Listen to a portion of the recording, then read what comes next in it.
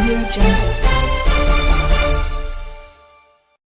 Khallikote block ଅନ୍ତର୍ଗତ ମାଣିକ୍ୟପୁର ସରକାରୀ ଉଚ୍ଚ ପ୍ରାଥମିକ ବିଦ୍ୟାଳୟରେ ନିପୁଣ ଭାରତ ମିଶନ ଅନ୍ତର୍ଗତ ଏକ ବିଶେଷ ପରିଦର୍ଶନ କାର୍ଯ୍ୟକ୍ରମ ଅନୁଷ୍ଠିତ ହୋଇଯାଇଛି। ଆଜି ଶୁକ୍ରବାର ଦିନ ଦିଲ୍ଲୀ ବିଶ୍ୱବିଦ୍ୟାଳୟର ପ୍ରତିନିଧିଙ୍କ ସହ ନିପୁଣ ସେଲ୍ର ପ୍ରତିନିଧି ସ୍ମିତ ସିଂ, ପାର୍ଥଜିତ ଦାସ, ଅମରଜିତ ଜେନା ଓ ଚାନ୍ଦିନୀ କାର୍ଲ ବିଦ୍ୟାଳୟ ପରିଦର୍ଶନ କରି ଶିକ୍ଷାଦାନର ସ୍ଥିତି ସମୀକ୍ଷା କରିଛନ୍ତି। ଏହି ପରିଦର୍ଶନ ସମୟରେ ପ୍ରତିନିଧି ଦଳ ବିଦ୍ୟାଳୟର FLN ଶ୍ରେଣୀଗୃହ, ଶିକ୍ଷଣ ସୋପାନ ରେଜିଷ୍ଟର, ସାକ୍ଷରତା ମିଟର, ଗ୍ୟାଲେରୀ ୱାକ୍ ଏବଂ ଛାତ୍ରଛାତ୍ରୀଙ୍କ ଶିକ୍ଷଣ ଫଳାଫଳ ପ୍ରତ୍ୟକ୍ଷ ଭାବେ ଅନୁଧ୍ୟାନ କରିଥିଲେ। ବିଦ୍ୟାଳୟର ଶିକ୍ଷକ, ପରିବେଶ ଓ ଛାତ୍ରଛାତ୍ରୀଙ୍କ କୃତିତ୍ୱ ଦେଖି ଅତିଥିମାନେ ଅତ୍ୟନ୍ତ ସନ୍ତୋଷ ପ୍ରକାଶ କରିବା ସହ ଭୂୟସୀ ପ୍ରଶଂସା କରିଥିଲେ।